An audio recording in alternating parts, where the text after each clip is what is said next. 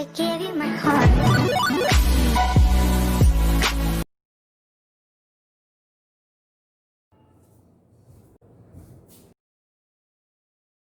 हाँ दोस्तों, स्वागत है आपका हमारे चैनल ग्लोबल नर्सिंग के। तो गाइस, आज हम जो टॉपिक पढ़ेंगे वो है सीपीआर। सीपीआर की फुल फॉर्म होती है cardio pulmonary resuscitation. Cardio pulmonary रिससिटेंस।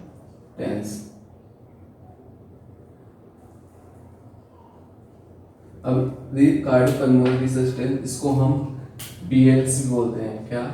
BLS.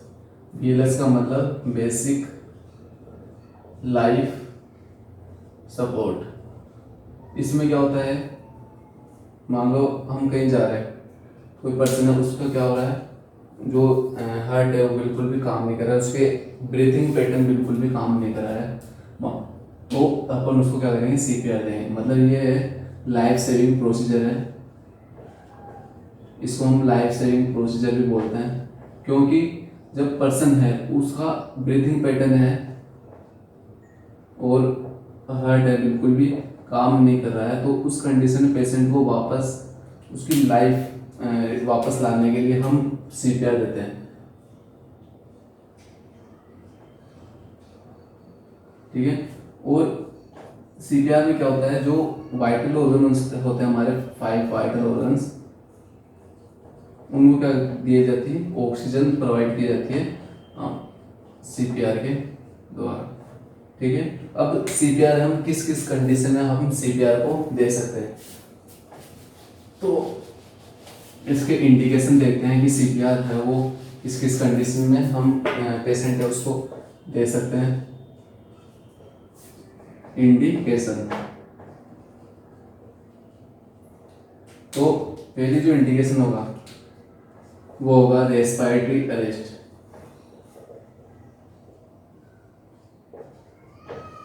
Patient है उसको बिल्कुल भी मतलब रेस्पिरेशन है वो चौक हो गया है, उसको रेस्पिरेशन नहीं आ रहा है। दूसरा है कार्डियक अरेस्ट, और तीसरा हम इसमें देखते हैं मतलब ड्रग है उसकी क्या होगी, रिएक्शन हो गई किस वजह से। कोई ड्रग है, 2 ड्रग है जो बिल्कुल भी आपस में मैच नहीं करती है, तो अपन उसको दे दिए, उस कंडीशन में क्या होगा, ड्रग रिएक्शन होगी, तो हम पेशेंट को सीपीआर दे सकते हैं। और पेशेंट है उसको इलेक्ट्रिक शॉक लग गया हो,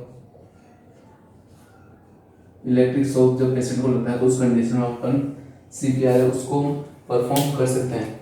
और इसका जो नेक्स्ट इंडिकेशन होगा वो है एयरवे ऑब्स्ट्रक्शन। पेशेंट है उसका जो एयरवे है उसमें क्या होगा, कोई ब्लॉक आ गया, उसकी वजह से एयरवे है वो ऑब्स्ट्रक्शन होगा, उसकी ब्रीथिंग पैटर्न है वो काम नहीं करेगा, उसको ब्रीथिंग नहीं आएगी, उस कंडीशन में अपन सीपीआर को दे सकते हैं। अब नेक्स्ट है वो है कि हमें कैसे पता लगाए कि पेशेंट है उसको सीपीआर की जरूरत है, तो असेसमेंट। कैसे असेस करें कि पेशेंट है उसको सीपीआर की जरूरत है, असेसमेंट। ठीक है। तो सबसे पहले जो असेस करेंगे वो जो पेशेंट है उसको देखेंगे वो कॉन्शियसनेस है या अनकॉन्शियसनेस है। मान लो पेशेंट है वो कॉन्शियसनेस है तो हमें क्या जरूरत है, सीपीआर देने की। तो अगर यदि पेशेंट अनकॉन्शियस है तो उसको हम सीपीआर देंगे। ठीक है। दूसरा अपन देखेंगे जो पेशेंट है उसकी पिपुल होती है आंखों में, वो डायलेट हो रखी है या नहीं। पेशेंट की पल्स रेट देखेंगे, पल्स है जो नहीं आ रही, बिल्कुल भी एब्सेंट है, उस कंडीशन में अपन सीपीआर देते हैं। और पेशेंट है उसको क्या हो रहा है, सियानोसिस। पेशेंट हो गया ब्लड है उसमें ऑक्सीजन की कमी हो गई, जिसकी वजह से जो स्किन का कलर है वो चेंज हो जाता है, ब्लूइश कलर हो जाता है। और पेशेंट है उसको सीजर्स की कंडीशन में अपन जो सीपीआर है वो परफॉर्म कर सकते हैं। अब सीपीआर उसकी सीक्वेंस क्या है, हम सीपीआर किस हिसाब से दें, मतलब पहले क्या करें उसके बाद में क्या करना है हम। तो सबसे पहले देखेंगे पेशेंट कॉन्शियसनेस है अनकॉन्शियसनेस है, असेस कॉन्शियसनेस। ठीक है। यदि पेशेंट अनकॉन्शियस है तो उस कंडीशन में अपन सीपीआर पर देखेंगे। पहले यदि हम मान लो कहीं जा रहे हैं, बीच में हमें कोई व्यक्ति मिल गया, पर्सन मिल गया जिसको क्या कोई एक्सीडेंट हो गया, तो सबसे पहले हम देखेंगे कि वो पर्सन है वो कॉन्शियसनेस या अनकॉन्शियसनेस। यदि अनकॉन्शियस है तो अपन सीपीआर उसको स्टार्ट कर देंगे। फिर दूसरा हम देखेंगे, वो देखेंगे पल्स, पेशेंट है उसकी पल्स रेट देखेंगे कि पल्स है वो आ रही है या नहीं आ रही है। तीसरा हम क्या करेंगे, यदि मान लो पल्स एब्सेंट है तो थर्ड हम क्या करेंगे, कंप्रेशन करेंगे। अब कंप्रेशन आगे हम डिस्कस करेंगे, कंप्रेशन किस हिसाब से अपन को करना है। मतलब अपन कंप्रेशन 30 कंप्रेशन करने हैं और जो ब्रीथिंग देनी होती है वो 2 देती है, मतलब ये अपन अनुपात रहेगा हमारा सीपीआर देने का। ये कंप्रेशन हमने कर दिया, तो उसके बाद जो कंप्रेशन है उसमें हम पोजीशन कौन सी देंगे, ये क्वेश्चन पूछा जाता है कि कंप्रेशन सीपीआर में कंप्रेशन में कौन सी पोजीशन हम पेशेंट को प्रोवाइड करते हैं। सुपाइन पोजीशन, और पेशेंट है बिल्कुल फ्लैट सतह होगी उस पर लेटा होगा। और चौथा जो हम देखेंगे, चौथा सीक्वेंस होगा वो होगा एयरवे। जो पेशेंट है उसका एयरवे माउथ है वो बिल्कुल ओपन एयरवे होना चाहिए, पर बिल्कुल भी ऑब्स्ट्रक्शन नहीं होना चाहिए। तो उसके लिए हम 2 मेथड यूज करते हैं। पहला मेथड होगा हेड टिल्ट चिन लिफ्ट। इसका मतलब होता है जो हेड है उसको तो हम पीछे की तरफ करेंगे और चिन है वो ऊपर की तरफ आएगा, तो उसकी वजह जो उसमें क्या होगा, जो हमारी जीभ है, टंग है, तो उसका ऑब्सेशन नहीं होगा, तो उसके ऑब्सेशन से हम बच सकते हैं। और दूसरा हम जो पोजीशन देंगे वो होगा मैनुअल, जो थ्रस्ट मैनुअल। जो दूसरा मेथड होगा वो होगा जो थ्रस्ट मैनुअल। ये दूसरी पोजीशन होगी। ये दूसरा मेथड हो गया। ये जब ये मेथड तब यूज करेंगे जब पेशेंट है उसके स्पाइनल इंजरी है, नेक इंजरी है, ठीक है, माउथ इंजरी है, तो उस कंडीशन में अपन ये मेथड यूज करेंगे। और जो चौथा है, मतलब चौथा हो गया, ये पांचवा क्या करेंगे अपन, कौन सा सीक्वेंस यूज करेंगे, पांचवा करते वो है ब्रीथिंग। हमने एयरवे ऑब्स्ट्रक्शन है जो मेंटेन कर दिया है ना, उसके बाद हम करते हैं पांचवा ब्रीथिंग। जो ब्रीथिंग है उसको मेंटेन करेंगे, मतलब अपन को ब्रीथिंग इस हिसाब से देनी है कि 16 से 18 ब्रीथ है वो पर मिनट पेशेंट है वो कर सके 1 मिनट में, ठीक है। और 2 ब्रीथिंग अपन को देनी है, मतलब 30:2 का रेशियो अपन को रखना है। 30 तो कंप्रेशन हो जाएंगे, 2 ब्रीथिंग हो जाएगी, ठीक है। ये ब्रीथिंग हो गई। तो ब्रीथिंग अपन 2 अपन माउथ टू माउथ दे सकते हैं, माउथ टू नोज भी दे सकते हैं, माउथ टू माउथ। अब जो हमने पढ़ा कि कंप्रेशन, एयरवे और ब्रीथिंग ये क्या होती है, इसका हम देखते हैं। मतलब सीपीआर होता है, इसमें एक फॉर्मूला होता है। वो फॉर्मूला क्या है, वो होता है केएच। मतलब कंप्रेशन, एयरवे, ब्रीथिंग। जो नया पैटर्न आया उसमें ये 3 बताया गया है। इसमें अपन डिफिब्रिलेशन भी इंक्लूड करते हैं।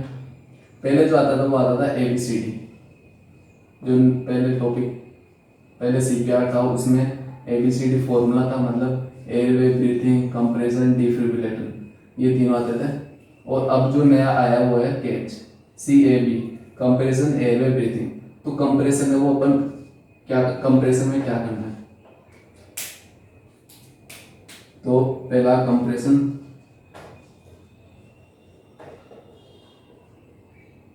ठीक है। अपन को 30 कंप्रेशन देना है पेशेंट को, 30 कंप्रेशन। तो सबसे पहले अपन क्या करेंगे, जब पेशेंट मिल गया अपन को तो उसके देखेंगे कि यदि मान लो अडल्ट है, कोई अडल्ट पर्सन है, तो उसमें पल्स रेट देखेंगे ना 8 से 10, 5 से 6 सेकेंड। तो अडल्ट में देखते हैं वो होती है कैरोटिड। अब मान लो कोई बच्चा है, चिल्ड्रन है, तो उसमें जो पल्स होगी वो होगी ब्रेकियल। ब्रेकियल या फीमोरल। ये पल्स अपन उसमें असेस करते हैं और कंप्रेस करते हैं। तो कितनी डेप्थ तक हम उसको कंप्रेस करेंगे, जो डेप्थ होगी कंप्रेशन की, यदि एडल्ट है, ठीक है, तो अपन 2 इंच कंप्रेस करेंगे उसको। मान लो यदि चिल्ड्रन है 8 साल से कम का, उसमें भी अपन 2 इंच करेंगे। और मान लो कोई बच्चा है, इन्फेंट है, तो उसमें अपन 1.5 इंच कंप्रेस करेंगे। डेप्थ होगी और साइड, मतलब किस जगह पे हम कंप्रेशन करें। यदि एडल्ट है तो उसमें कंप्रेशन करेंगे, वो करेंगे अपन जो स्टर्नम है, लोअर स्टर्नम है, लोअर पार्ट है स्टर्नम का, लोअर स्टर्नम इन एडल्ट की है लोअर स्टर्नम होगा। और जो हमारा निप्पल है, निप्पल के बिटवीन, मतलब बीच में निप्पल है, उसके बीच में। और थर्ड है साइड उसकी, वो है जो चेस्ट है, मतलब हार्ट है, उसके मिड में। ये तो अडल्ट में साइट हो गई। ये हम बात करते हैं चिल्ड्रन की। तो चिल्ड्रन में भी साइट है, वो यही होगी। मान लो इन्फेंट है, इन्फेंट में साइट होगी, वो होगी निपल है उसके ऊपर, अबाउट द निपल, निपल के ऊपर उसको कंप्रेस करेंगे, ठीक है। अगले मान लो अपन कंपैरिजन मेथड देखना है कि जो मान लो कोई अडल्ट है, तो उसमें कंपैरिजन अपन कैसे करें, दोनों हाथों से करें, एक हाथ से करें।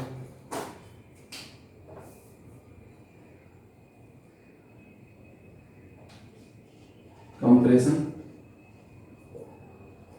मेथड देखो, अडल्ट है तो उसमें कंपैरिजन करेंगे दोनों हाथ, 2 हैंड। यदि कोई चिल्ड्रन है तो उसमें कंपैरिजन भी अपन 2 हाथ से करेंगे या 1 हैंड से करेंगे। यदि इन्फेंट है अपन ना, तो उसमें कंपैरिजन करेंगे 2 फिंगर से या थंब, 2 थंब या फिंगर से अपन को करना है। उसके बाद में जो सीपीआर में जो कॉम्प्लिकेशन आते हैं, मतलब सीपीआर की वजह से अपन पेशेंट, उसमें क्या क्या कॉम्प्लिकेशन हो सकते हैं।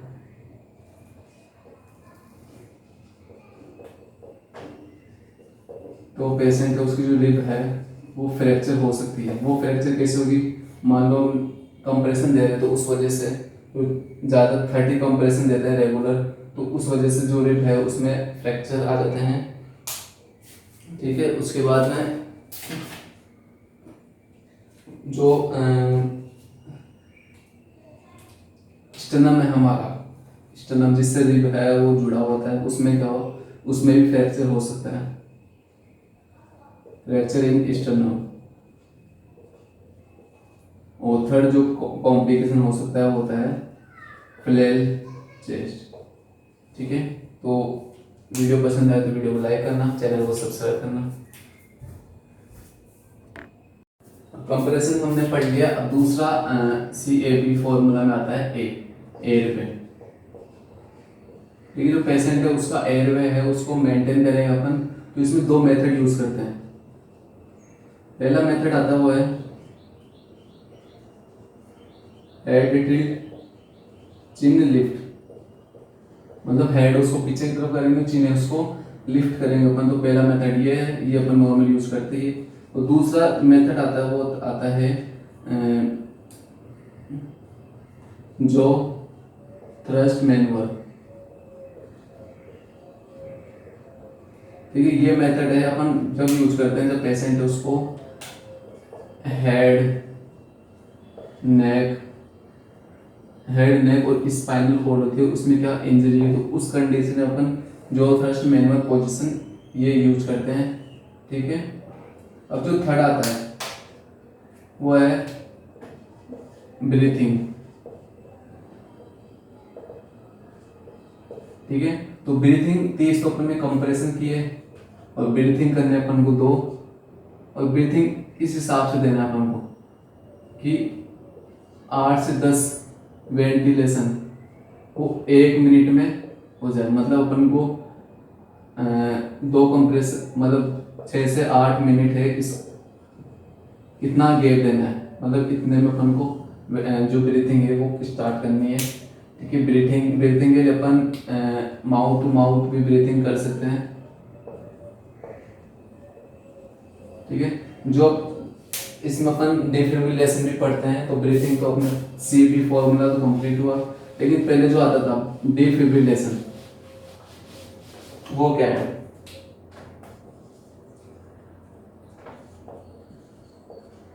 डिफिब्रिलेशन है, ये भी CPR होता है, इसमें इंक्लूड होता है। इसमें क्या होता है, 2 पेडल्स होते हैं, प्रेस होती है उसकी तरफ 2 पेडल्स होते हैं, तो उसको पेशेंट की दोनों चेस्ट है उस पर मतलब लगाया जाता है। मतलब इसमें क्या होता है, इलेक्ट्रिक एनर्जी है वो पेशेंट को दी जाती है। और इस कंडीशन में जो नर्स होती है उसको ये ध्यान रखना चाहिए कि जो बेड है उसमें बिल्कुल भी टच ना करें। ठीक है, अब जो डिफिब्रिलेशन हो गया, इसके बाद में जो CPR होता है उसमें कौन कौन से कॉम्प्लिकेशन है वो हमें देखने को मिलते हैं। तो पहला कॉम्प्लिकेशन आता है जो स्टर्नम है हमारी, उसमें फ्रैक्चर हो जाता है। दूसरा कॉम्प्लिकेशन आता है फ्लैल चेस्ट। थर्ड कॉम्प्रेशन आता है वो ड्रिप फ्रैक्चर, क्योंकि हम कंटिन्यू 30 कंप्रेशन करते हैं तो उसकी वजह से भी उसमें फ्रैक्चर हो जाता है। Thank you.